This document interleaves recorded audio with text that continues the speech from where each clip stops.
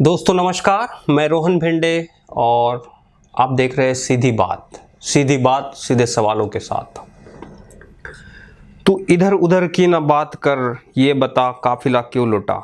मुझे राहजनों से गिला नहीं, तेरी राहबरी का सवाल है। यह शेर कई दफ़े संसद के प्रांगण में गूंज चुका है। हर सत्ता को सवाल पूछते समय, हर विपक्ष हो, कोई भी हो, कांग्रेस हो, भारतीय जनता पक्ष हो, इसी शेर से क्वेश्चन पूछता है। आज यह समय सारे जो नॉर्मल लोग हैं, जो सिटीजन्स ऑफ इंडियाज़ हैं, उन पर आया है कि वो सवाल पूछा जाए कि आपकी रहबरी किससे है। मैं आज बात करना चाहता हूँ, अभी महामारी के बीच में ही राज्य सरकारों ने बदले हुए श्रम कानूनों के खिलाफ।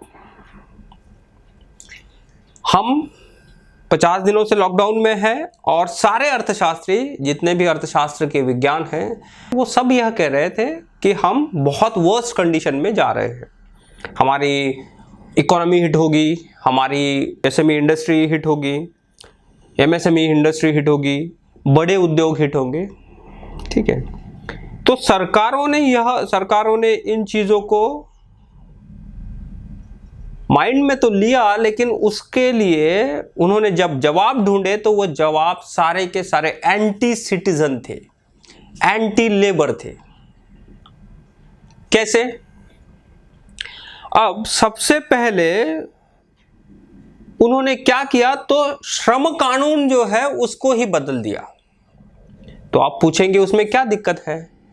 उन्होंने श्रम कानून में सुधार नहीं किया है, उन्होंने श्रम कानून बदल दिए। इसका सीधा मतलब यह हुआ कि उन्होंने कुछ चंद जो बड़े लोग हैं, जो बड़े इंडस्ट्री के मालिक हैं, उनको उनके प्रॉफिट के लिए गरीब मजदूरों पर सीधा सीधा वार किया। राज्य सरकारें, 6 राज्य सरकारों ने ये सबसे पहले कदम उठाया। सबसे पहले राजस्थान सरकार ने, गहलोत सरकार ने श्रम कानून में बदलाव किया और उन्होंने 8 घंटे का जो वर्क आवर है उसको 12 घंटे किया। 7 मई को गुजरात और उत्तर प्रदेश ने भी 3 साल के लिए लगभग श्रम कानूनों के सारे प्रावधान ही रद्द कर दिए। उसके बाद महाराष्ट्र, ओडिशा, गोवा, इन सरकारों ने भी उसी कदम को देखते फॉलो किया और उन्होंने भी वही किया जो बाकी की राज्य सरकारें कर रही थी। अब यूपी में क्या क्या बदलाव किए गए? तो यूपी में जो फैक्ट्री अधिनियम है 1948 का, उसमें जो रजिस्ट्रीकृत सारे कारखाने होते हैं, जो धारा 51, 54, 55, 56 और धारा 59 के तहत कर्मचारियों के लिए जो साप्ताहिक, दैनिक घंटे और अतिकाल, विश्राम आदि के संबंधित विभिन्न जो नियम है, उसको 19 जुलाई 2020 तक के लिए छूट के लिए प्राप्त कर दिए हैं। तो 19 जुलाई से लेके अगले 3 सालों तक उत्तर प्रदेश में कानून के कोई प्रावधान, जो लेबर कानून के कोई प्रावधान जो है वो लागू नहीं होंगे। तो जो आप 8 घंटे काम करते थे, तो आपको फोर्सफुली वहां 12 आवर काम करना पड़ेगा। अब इसके सपोर्ट में ये आर्गुमेंट हो रहा है कि हम 4 घंटे का पे भी तो कर रहे हैं। मुद्दा यह नहीं है कि आप कितना पे कर रहे हैं, मुद्दा यह है कि अगर 12 घंटे एक लेबर काम करेगा तो फैक्ट्री 16 घंटे चलती है, तो 4 घंटे के लिए तो वो नया लेबर तो नहीं बुलाएंगे ना। इसका मतलब वही लेबर को 16 घंटे तक काम करना पड़ेगा। तो क्या असर पड़ेगा इस फिजिकल हेल्थ पे लेबर के? क्या सरकारों ने यह बताया? और राज्य सरकारों ने जो श्रम कानून को जानने वाले जो भी ऑर्गेनाइजेशन है, जो भी उनके ट्रेड यूनियंस है, उनको भी कैंसिल कर दिया। मतलब अगले 3 सालों तक जितनी भी ट्रेड ऑर्गेनाइजेशंस है, उनका कोई अस्तित्व ही इन राज्यों में नहीं होगा। वो सिर्फ नामधारी अस्तित्व होगा उनका। उनके लिए कोई भी चीज राज्य सरकारों ने छोड़ी ही नहीं। तो गरीब मजदूरों के हक के लिए लड़ेगा कौन? ये भी तो एक सवाल बनता है ना। अब मध्य प्रदेश में शिवराज सिंह चौहान ने क्या किया, उन्होंने 3 साल के बदले 1000 दिन लिख लिया, तो 1000 दिन लिखने से काम हो जाएगा। हमें बात करना होगा कि रिफॉर्म्स की बात, सरकारें रिफॉर्म्स के बारे में बात करते समय मजदूरों पर क्यों आ गई, मजदूरों के हकों पर क्यों आ गई? क्या रिफॉर्म्स मजदूरों को हक दबाने से होगा? क्या इंडस्ट्रीज के लिए हमारे पास कोई पॉलिसी नहीं है जिस पॉलिसी से हम ये कह रहे हैं?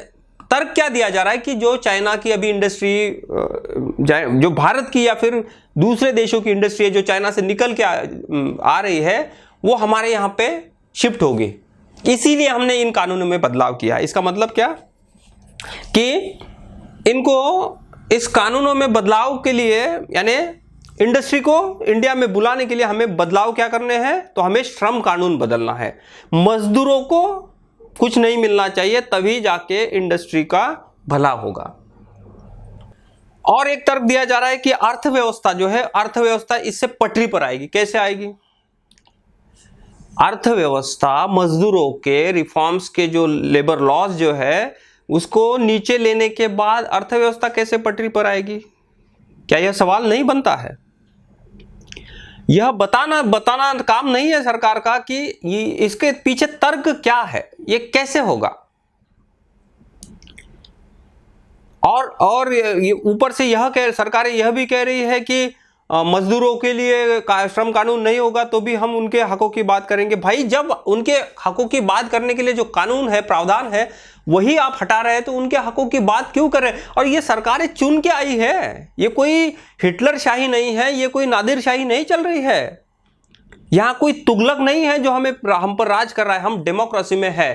तो इन डेमोक्रेसी के जो संस्थाएं हैं वो अब बताइए, लेबर लॉ जिन लोगों पर लेबर लॉ लगता है, जो लोग उसके लेबर लॉ के संरक्षण में आते हैं, उनकी तादाद कितनी है? देश की जो जनसंख्या है उसके 50 से 60% लोगों की जनसंख्या है। इतनी जनसंख्या को हिट करने वाले जो भी कायदे कानून का आपने ऑर्डिनेंस लाए हैं, उसके बारे में क्या एक बार भी आपको ध्यान नहीं देना चाहिए कि वो मजदूरों के खिलाफ जा रहे हैं? क्या ये भी सवाल नहीं बनता है? लेकिन सरकारें इस पर ध्यान नहीं दे रही है। आरएसएस, अभी एक खबर आई कि आरएसएस का जो मजदूरों का संगठन है देश स्तर का, उसने उसको ये किया है, अपोज किया है। उससे क्या होगा? यह तो यही बात हुई कि एक दाहिना हाथ एक काम कर रहा है और बाएं हाथ को वो पता नहीं चल रहा है। मैं अभी जो प्रावधान उन्होंने ऑर्डिनेंस के द्वारा जो भी सारे के सारे लेबर लॉज के जो सेक्शन है वो हटा दिए हैं, उसका सोसाइटी पे और लेबर्स पे क्या इम्पैक्ट पड़ेगा, मैं थोड़ा पॉइंट वाइज समझाना चाहता हूँ आपको। तो इसका क्या होगा? श्रमिक संगठनों की जो आशंका है वो कहते हैं कि उद्योगों की जांच और निरीक्षण से मुक्ति देने से कर्मचारियों का शोषण बढ़ेगा, एक बात।